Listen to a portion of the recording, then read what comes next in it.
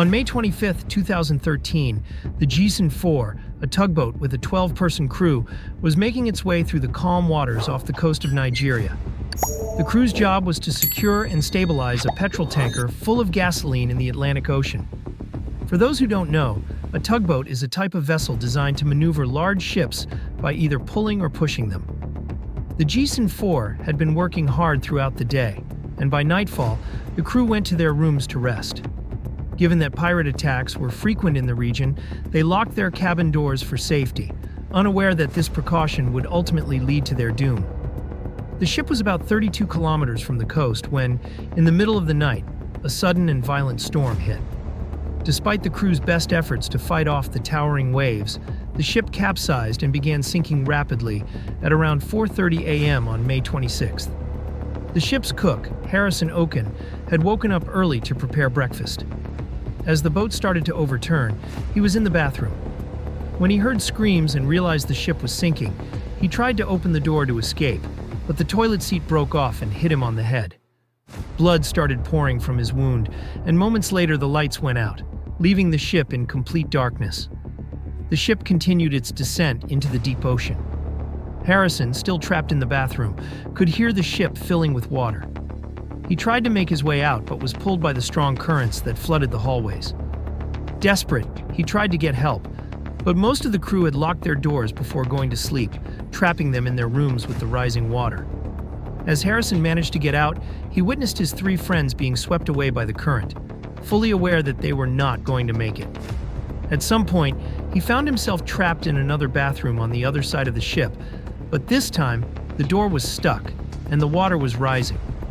Fortunately, there was a small air pocket, which allowed him to breathe. Just as he tried to catch his breath, a massive shock wave hit the ship, sending it down to the ocean floor 31 meters below. The silence that followed was deafening. Harrison could hear cries for help from his friends, but soon, all the sounds stopped. He was now alone in the dark, with no hope of survival. With no food or water and freezing cold, he knew his chances of surviving were slim. The air pocket he was in wouldn't last forever. As the hours passed, the carbon dioxide level in the air would increase, making it harder to breathe. A rescue operation started immediately after the ship capsized. A team of divers searched for survivors, but couldn't get inside the wreck due to locked doors and a lack of equipment. Harrison, determined not to be forgotten, began banging on the ship's walls to signal his presence. Unfortunately, the rescue team didn't have the proper gear to stay down for long, and after a brief search, they assumed everyone was dead and returned to the surface. For Harrison, it felt like no one would ever come back for him.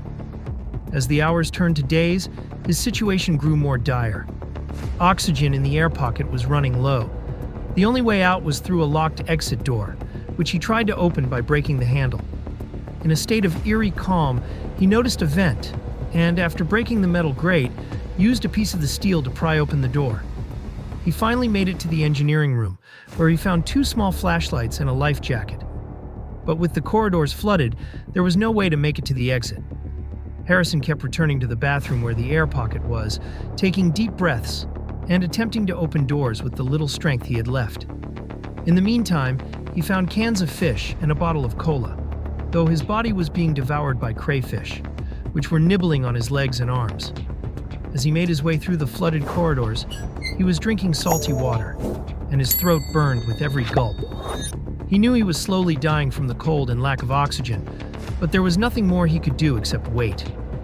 As the days went by, he became weaker, and soon the fear of the sharks circling the wreck took over his thoughts. He knew it was only a matter of time before he too would become their prey.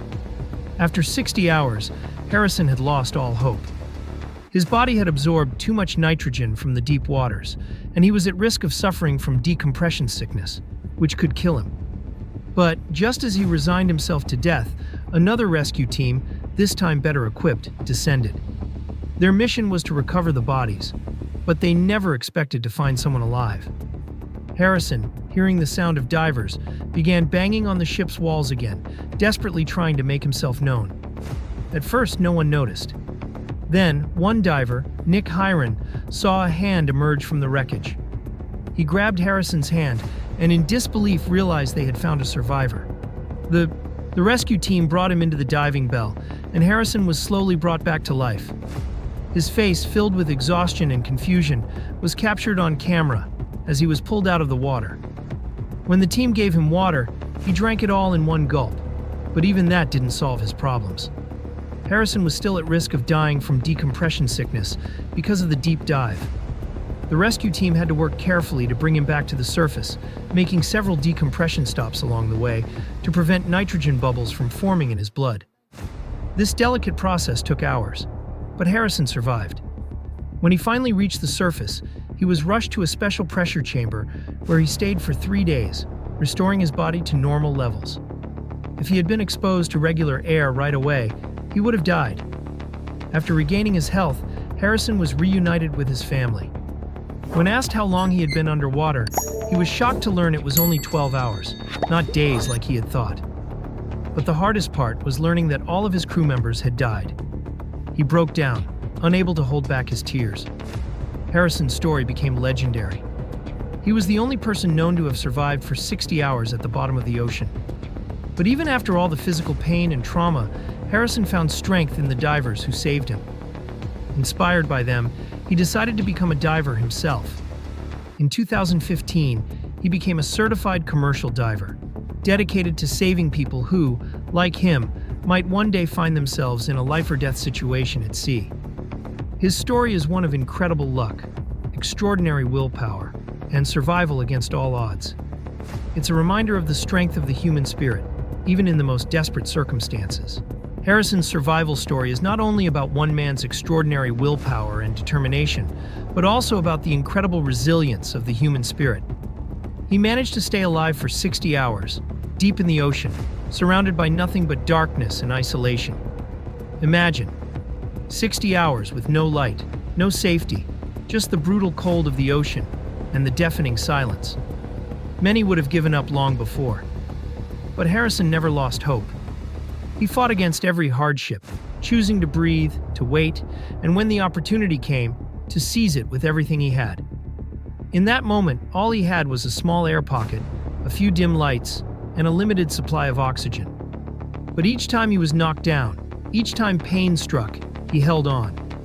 He found the courage to push forward one more time, and when the chance for rescue finally came, he didn't hesitate. And then, when the rescue team discovered him, his life was forever changed. But his survival wasn't just physical, it was a mental triumph. This was a story about finding yourself beyond the limits, about how light can emerge from the deepest darkness. Harrison's tragedy also reminds us of one important lesson. Survival is fought not just with the body, but with the mind. Often, the difference between life and death is simply taking one more step, even when it feels like there's nothing left. And Harrison took that step. Today, he shares those memories and his struggle to inspire others. Let's remember once again that our true strength lies not in our physical endurance, but in the strength of our minds. No darkness can ever truly overpower the light. Thank you so much for watching. If you found Harrison's story inspiring, don't forget to like the video and subscribe to the channel for more incredible content. Your support means the world to us.